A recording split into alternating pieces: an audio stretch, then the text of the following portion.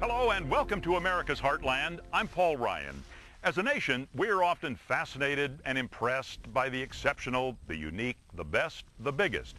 And that's why I think you'll get a kick out of this edition of America's Heartland, because we have some of agriculture's biggest stories.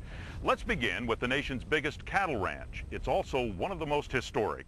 Located in South Texas, it's where generations of two very different cultures have grown together into one very big family. I've actually been on the payroll for 65 years. Spend a day with Beto Maldonado, and you'll feel like you're back in the Old West, to the days when Texas cattle barons owned the land as far as the eye could see, when dusty cowboys led huge cattle drives across dry desert and endless plain. Beto tells the tale of the King Ranch, 825,000 acres in the heart of South Texas, the largest working cattle ranch in the U.S., bigger than the state of Rhode Island, and a place where employees tend to stick around. These people are good people to work for. I mean, you're born and raised here and you don't want to go anywhere else. Beto started working here 65 years ago, milking cows when he was 10 years old. Later, he worked in the veterinary division and now spends his golden years as a tour guide on the ranch.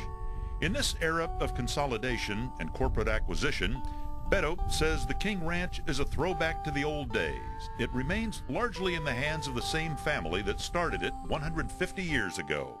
My predictions to King Ranch is that they've done 150 years of ranching, and I think they're going to try another 100. It was Richard King who started it all in 1853. The Missouri native took his profits from a thriving steamboat company to buy 15,000 acres of untamed land along South Texas's Santa Gertrudis Creek. He married and started a family and crossed the Mexican border to buy cattle from a small, impoverished village.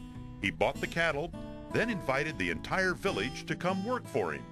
The 100 or so villagers who accepted the offer came to be known as Queñeños, Spanish for King's Men.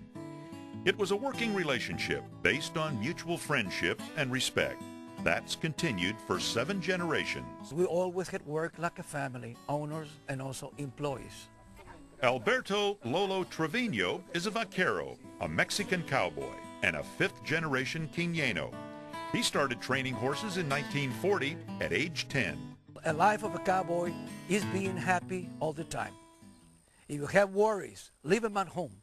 Soon there were several hundred Queñeños looking after close to 100,000 head of cattle. In the 1860s and 70s, they drove 30,000 Texas Longhorns 1,000 miles to northern markets. Later, the ranch would develop its own breed called the Santa Gertrudis, the first truly American breed of beef cattle. Though Richard King started and expanded the ranch, it was his descendants who helped it thrive. His widow, Henrietta King, and son-in-law, Robert Clayburg, tapped the first artesian wells to bring irrigation to the parched land. The pair helped build the first railroad in South Texas. Mrs. King donated 45,000 acres to start the town of Kingsville.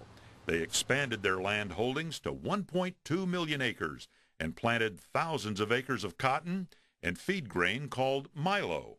Today, 2,000 miles of fencing enclose its pastures. The King family's 3rd generation, sons Robert J. and Richard Clayburg, developed new cattle breeds and started raising thoroughbred horses. Successes included a Triple Crown winner, Assault, who won it all in 1946. King Ranch is both a National Historic Landmark and a popular tourist attraction. It has its own museum in Kingsville, showing off everything from an old chuck wagon and saddles to the 1948 custom Buick convertible, once used for hunting wildlife. Bus tours of the ranch leave city slickers pretty impressed. I was just awestruck with it. It was just so big. It just blew us away, the size of it. Maybe you'll get to meet a cowboy like Rick Falcone, a 4th-generation Queñeño. He and his partners still manage close to 60,000 cattle and cherish the life they have chosen. I don't think I can sit in an office. My office is my truck, and I love it out here, so this is where I like to be.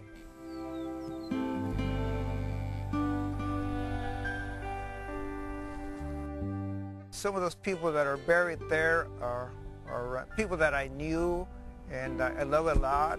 The way I look at it, it has been a big family. members of the Kim family and the Quineños, we all work together and get it done that way. I think it's going to be an ongoing deal because my boy's 12 years old already. He's working out here and he loves it. There's always room for more cowboys.